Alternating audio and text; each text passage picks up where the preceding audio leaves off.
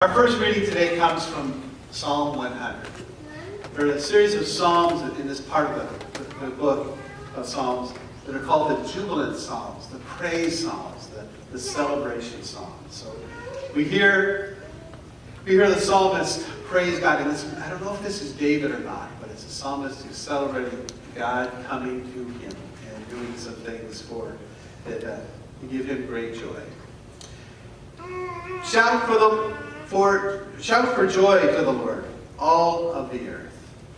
Worship the Lord with gladness. Come before him with joyful songs. Know that the Lord is God.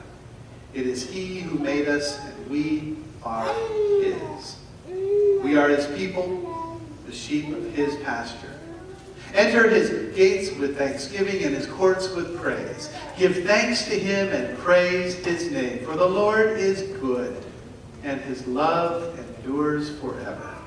His faithfulness continues through all generations.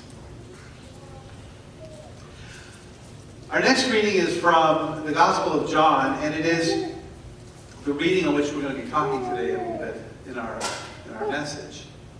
Jesus has just fed the 5,000 people, and now he's sitting down with people and beginning to describe what his ministry is about. Then the Jews began to argue sharply amongst themselves.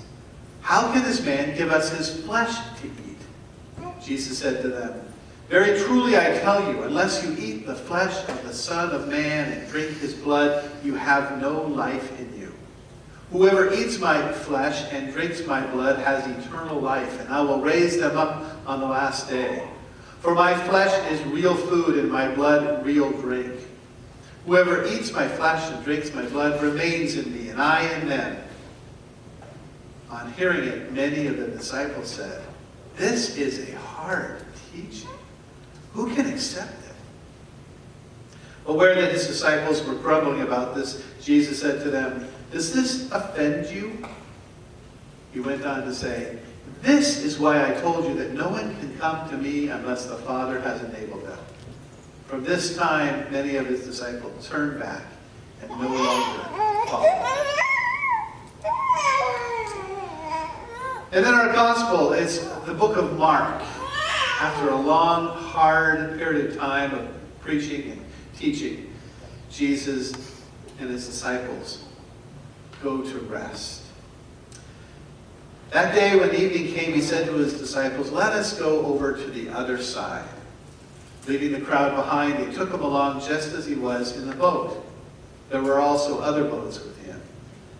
A furious squall came up, and the waves broke over the boat so that it was nearly swamped.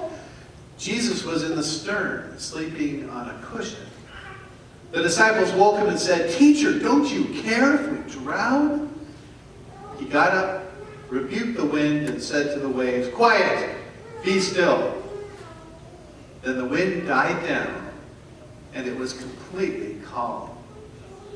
He said to his disciples, why are you so afraid? Do you still have no faith? They were terrified and asked each other, who is this? Even the wind and the waves obey him.